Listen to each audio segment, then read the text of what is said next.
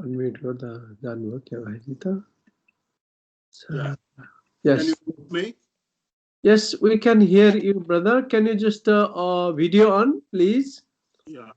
Okay, just open your video and speak, brother. Thank you. Yes. Yeah. Okay. Jai Mati, everybody. Jai Mishki, brother.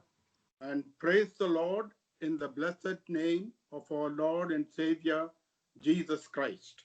प्रभु येशू मसीहको बहुमूल्य आशीषित नाममा हजुरहरू सबैलाई जय मसीह की।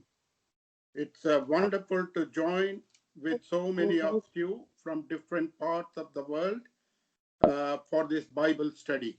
यो साँझको बाइबल अध्ययनको लगाउमा विभिन्न देश राष्ट्रहरूबाट यसरी भेला हुनुभएको छ। हजुरहरूलाई भेटेर हामी बहुतै खुसी छौं। Let us be in humble period of prayer silently so that God's word may be revealed to us and we may be edified, encouraged and strengthened. हामी आत्मामा सबैले आत्मामा प्रार्थना गरौं ताकि सबैले प्रभुको वचनबाट उत्साह प्रेरणा पाएर आत्मामा बढ्दै बढ्दै हामी जान सकौं। So let us pray and asking God to help us as we study God's word. हामी प्रार्थना गरौं ताकि परमेश्वरको वचन अध्ययन गराइमा परमेश्वरले हामीलाई सहायता गरून्। Gracious, loving, heavenly Father, अनुग्रहकारी हाम्रा स्वर्गीय पिता, we thank you and we praise you. हामी तपाईलाई धन्यवाद दिन्छौं र तपाईको प्रशंसा गर्छौं। Thou art a living God. तपाई जीवित परमेश्वर हुनुहुन्छ। Thou art an awesome and holy God. तपाई अचम्म आश्चर्यका पवित्र परमेश्वर हुनुहुन्छ। And we thank you that you love us.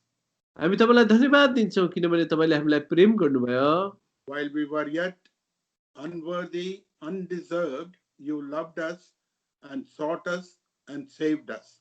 प्रभु हामी अयोग्य हुँदा हुँदै पनि प्रभुजी हामी यो योग्य तपाईको उद्धार मुक्ति पाउने लायकका योग्य छँदै थिएनौं, तर तपाईले हामीलाई खोज्नु भयो, ठहराउनु भयो अनि हामीलाई नियुक्त गर्नुभयो। यसको लागि तपाईलाई धन्यवाद दिन्छौं। And thank you for your sustaining, enabling grace of the Holy Spirit that is keeping us thus far. प्रभु आजका दिनसम्म तपाईको पवित्र आत्माद्वारा हामीलाई सम्हालिकन राख्नु भएको तपाईको प्रशस्तताको अनुग्रहको लागि हामी तपाईलाई धन्यवाद दिन्छौं। And we humble ourselves before you this evening. अनि यो साँझपख हामी तपाईको अगाडि आफै आफूलाई हामी नम्र तुल्याउँदछौं। We acknowledge that without thee we can do nothing. प्रभु यो कुरा हामी स्वीकार गर्छौं र तपाई बाहेक हामी केही पनि गर्न सक्दैनौं। So we thank you for your Holy Spirit and the written word for our instruction and teaching. प्रभु हामी धन्यवाद दिन्छौं तपाईको लेखिएको पवित्र वचन जसले हामीलाई सुझाव सल्लाह निर्देशन दिदछन्। So as we read and study this evening, जसरी यो साँझपख हामीले तपाईको वचन पढिरहेका छौं, अध्ययन गरिरहेका छौं, we ask your help from above. हामीले माथिबाट तपाईको सहायता हामी चाहदछौं। Anointing through thy Holy Spirit. तपाईको पवित्र आत्माले अभिषेक गर्नुहोस्। And make our hearts sensitive and receptive to hear and understand thy word.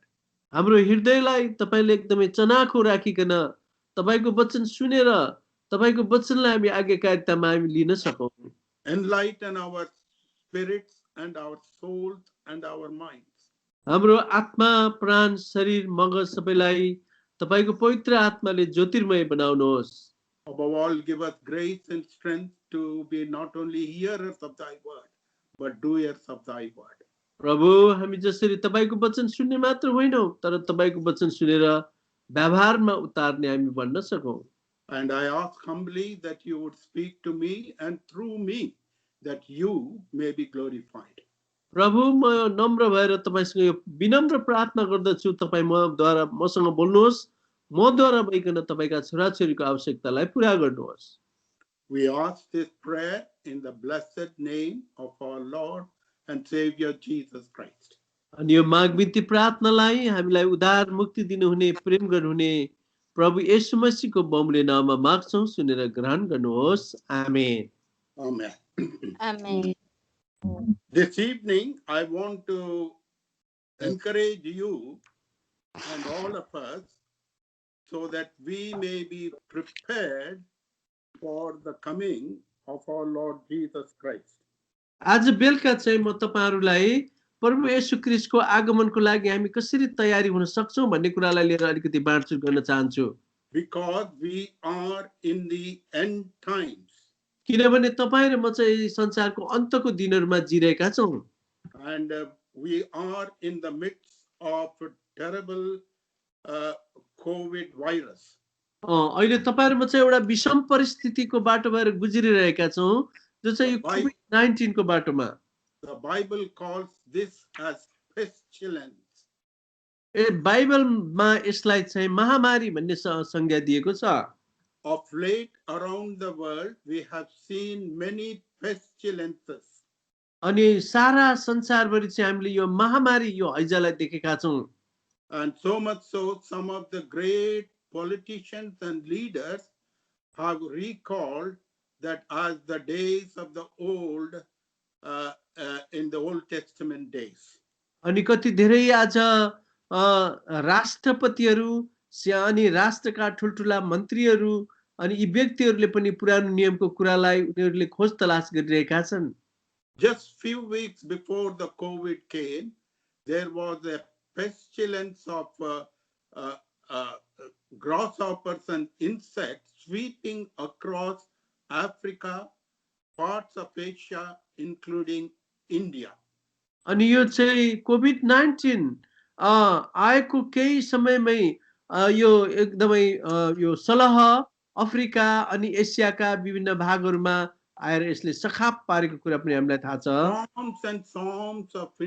Swarms and millions of insects covering the vast areas of land, devastating the crops. अनि आज यो सलहले चाहिँ पाक्नै लागेको खेतीलाई चाहिँ यति विध्वंस बनाइदियो ना उसले यति धेरै बहुसंख्यामा आइकन स्याहार्नै सकिएन। And the peculiarity of these insects were they would destroy only the land and the crops. अनि एउटा अचम्मको कुरा आश्चर्य कुरा के छ भने यो सलहले चाहिँ खेतीपातीलाई मात्र नाश गरिरहेको छ। And then few weeks later we see this COVID attacking the entire world. अनि यो कोभिड-19 ले चाहिँ सारा संसारभरि चाहिँ आक्रमण गरिरहेको छ। Nobody in the world, including the wise and the scientific world, knew that this virus will come in such devastating and destructive way. अनि आज कुनै पनि संसारका नामी नामी वैज्ञानिकहरूले पनि विध्वंसकारी यो कोभिड-19 र यो सलहलाई चाहिँ उनीहरुको नियन्त्रणमा लिन सकेको छैन।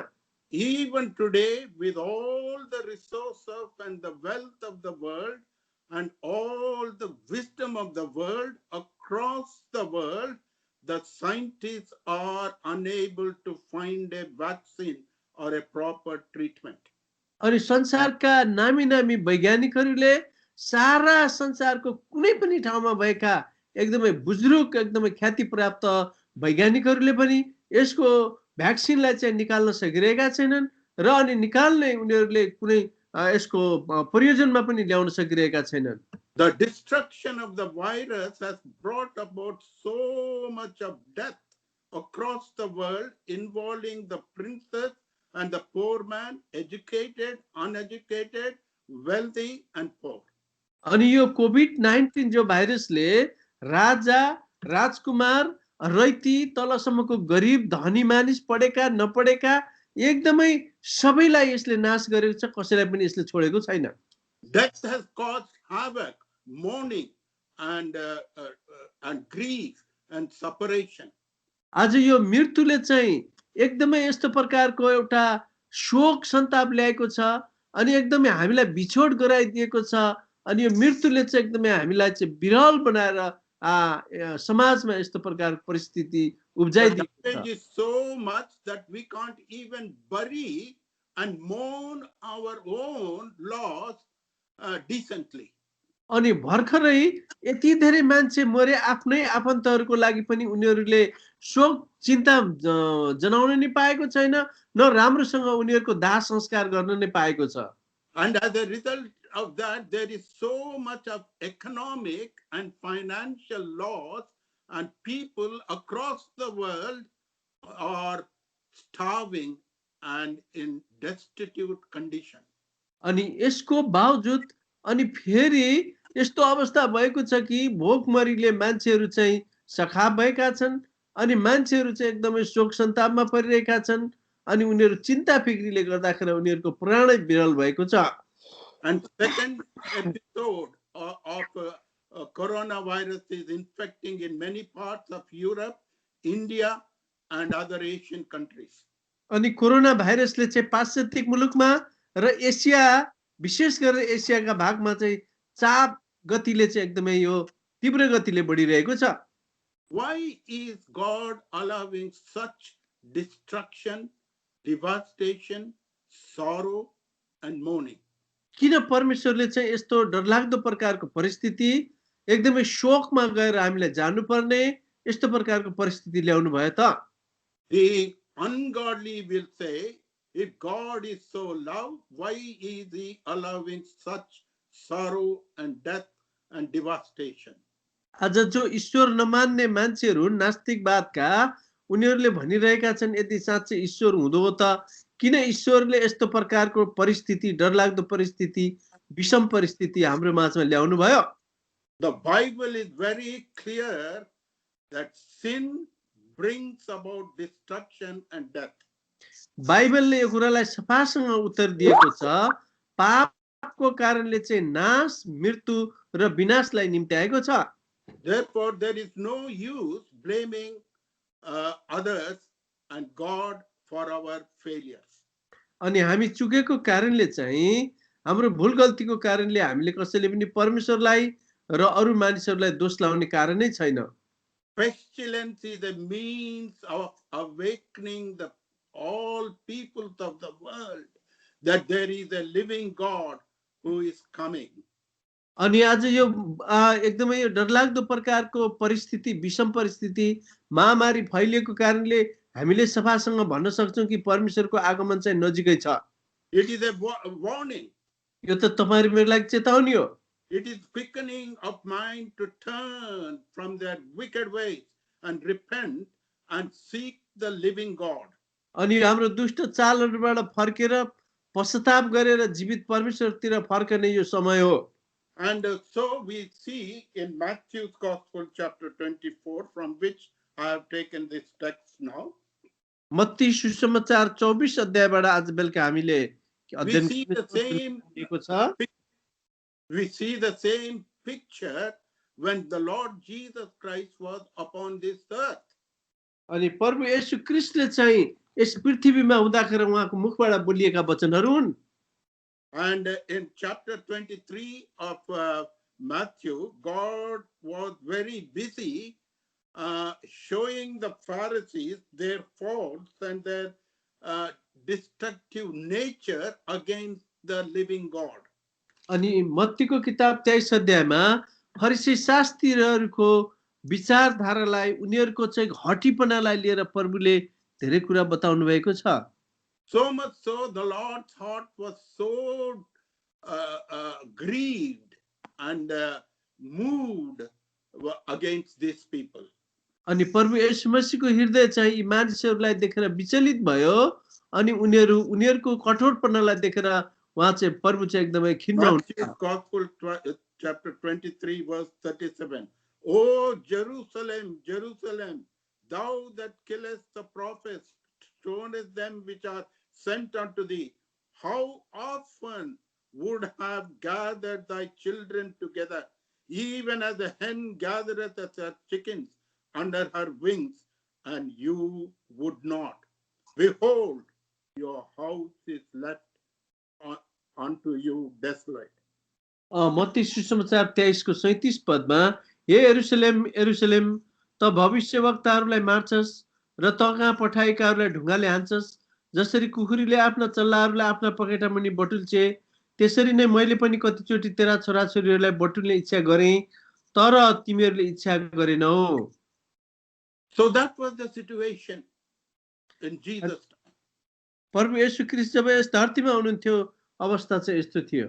And it is a picture of that same, a fraction of that we are going through now. अहिले चाहिँ हामी त्यही अवस्थाको बाटो भएर गइरहेका छौँ।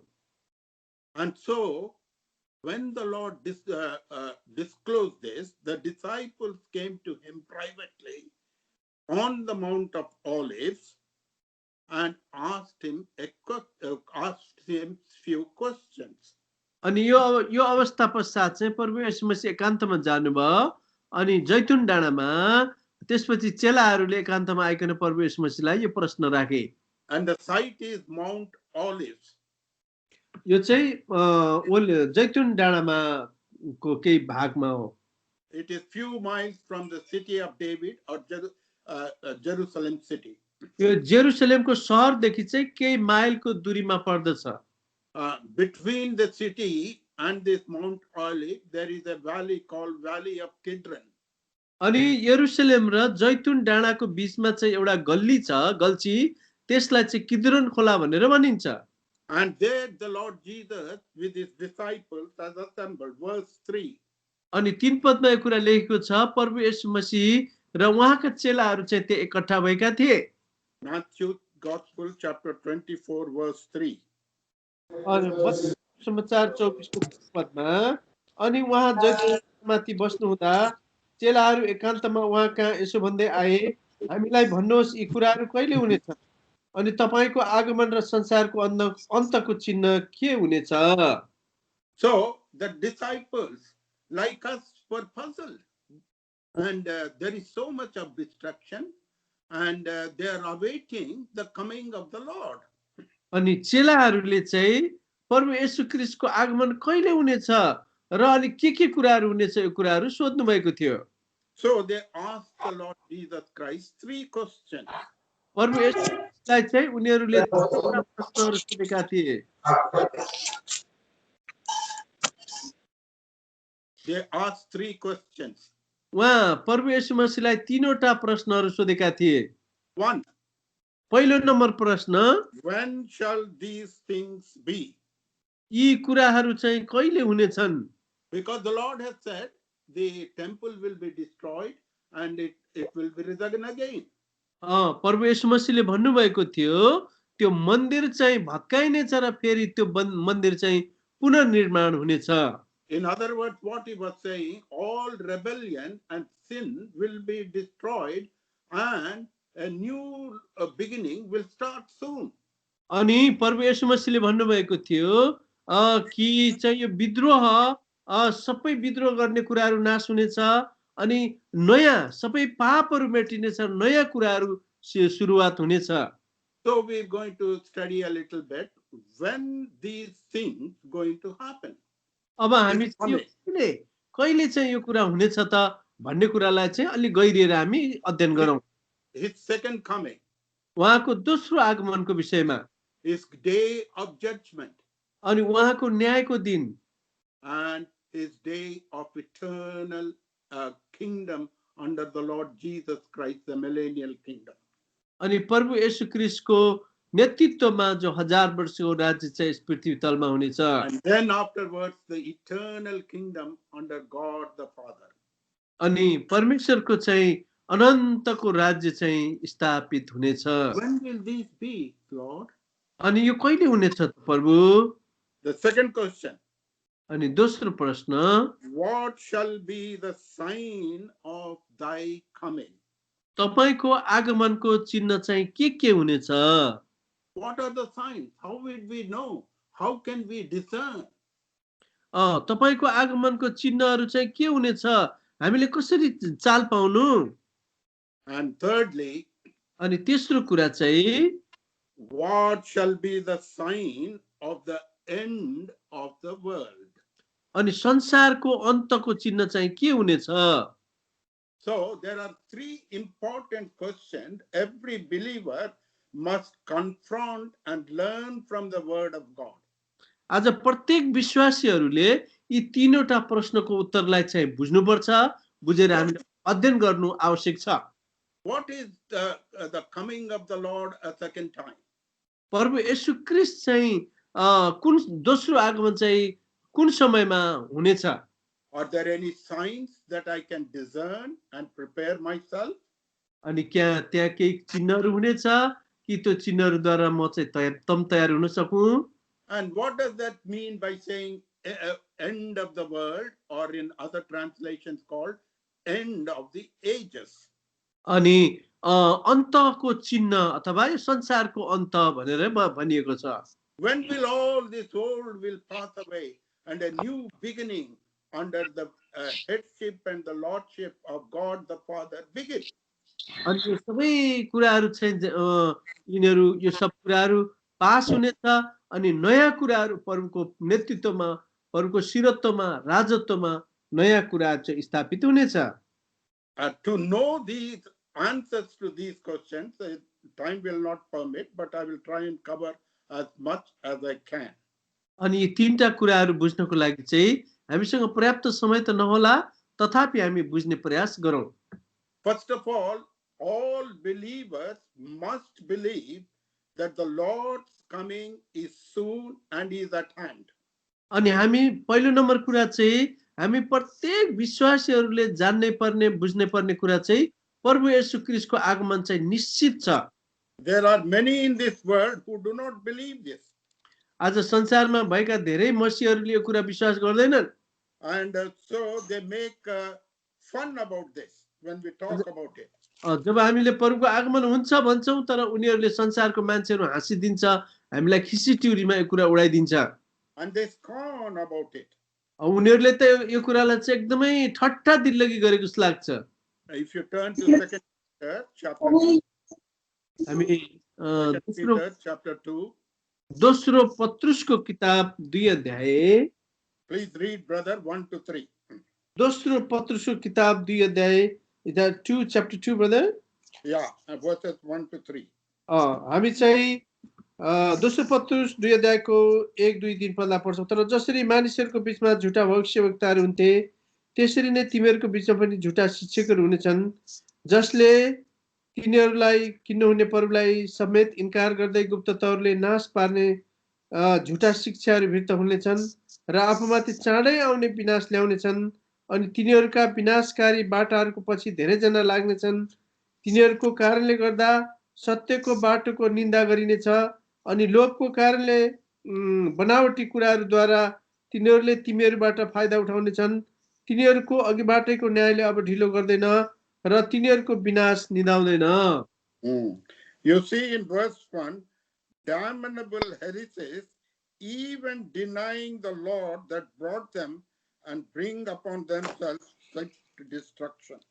उनीहरूले चाहिँ प्रभु यस्तो हुनेछ र आउने त्यो विनाश प्रभु जसले प्रभुले छिट्टै ल्याउने विनाश ल्याउनु